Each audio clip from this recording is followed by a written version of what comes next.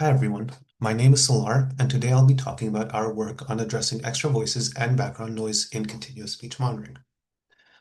For context, this research started when we were looking at using smartwatches to monitor people with chronic obstructive pulmonary disease, which is a chronic lung disease. And our goal with this monitoring was to try and predict elevated symptoms before they happened.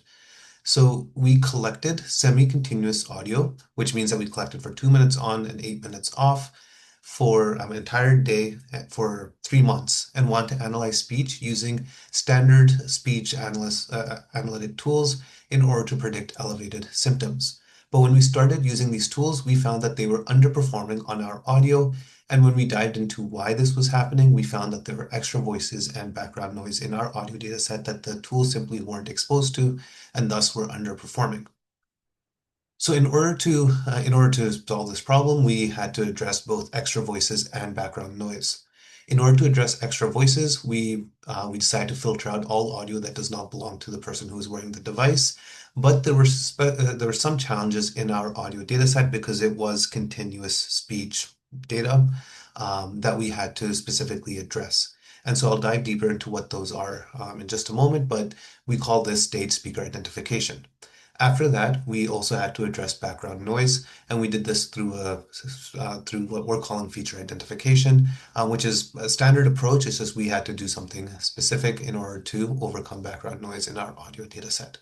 And what we did was we tried to identify speech features that were not affected by background noise and those that are accurate after running noise removal. So even if we wanted to make use of noisy audio, if we were to run noise reduction, we wanted to use those features that were then reliable. So to do speaker identification, we first isolated speech using silence removal and voice activity detection. We then distinguished all of the unique speakers in the audio using speaker diarization. But this is where a challenge came up, which is voices can change over time, which can be indicative of health changes. Particularly because we're dealing with lung disease, this is a particular concern. And so speaker identification was challenging because we could not expect the primary speaker's voice to stay consistent over time. So to address this, what we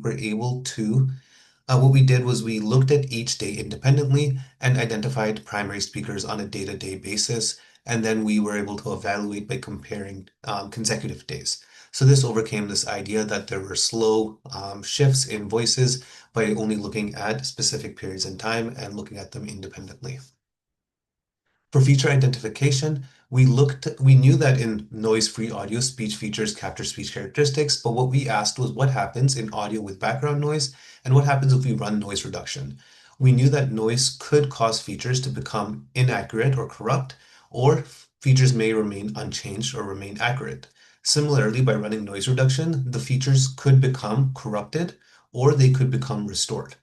And what we did was we split our audio dataset into different subsets, where one subset was the audio which contained noise, but by running noise reduction, we were able to eliminate noise. And the other subset was audio that did not contain noise. And by running noise reduction, it continued to not have noise.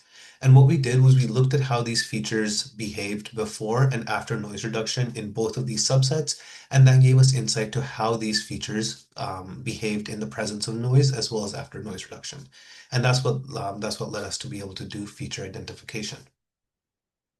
For our results, we evaluated all of the different steps and tools we use in our pipeline, like speaker identification or speaker diarization or voice activity detection. We also evaluated our end-to-end pipeline and showed by using our primary speaker and our feature identification approaches, we were able to improve model predictive performance as compared to some baselines that we also had, which included different primary speaker identification approaches as well as different feature identification and feature pre-processing approaches. Throughout the evaluation, our approach outperformed all of the others in all of the metrics that we looked at. So to conclude, in this work, we introduce a pipeline for dealing with extra voices and background noise. And the really exciting thing is that in this pipeline is designed to be domain and signal agnostic. So if you wanted to deal with a different type of noise or signal degradation, or you wanted to apply it to different signals or domains, this pipeline can be applied to those as well. And to facilitate that, we have published our pipeline code and encourage extensions of this work. So thank you everyone for listening. Here's my contact information in case you'd like to reach out. This work was done as part in the Chai Lab at University of Toronto. This QR code will take you to our website. And yeah, looking forward to the conference and seeing everyone there. Thanks.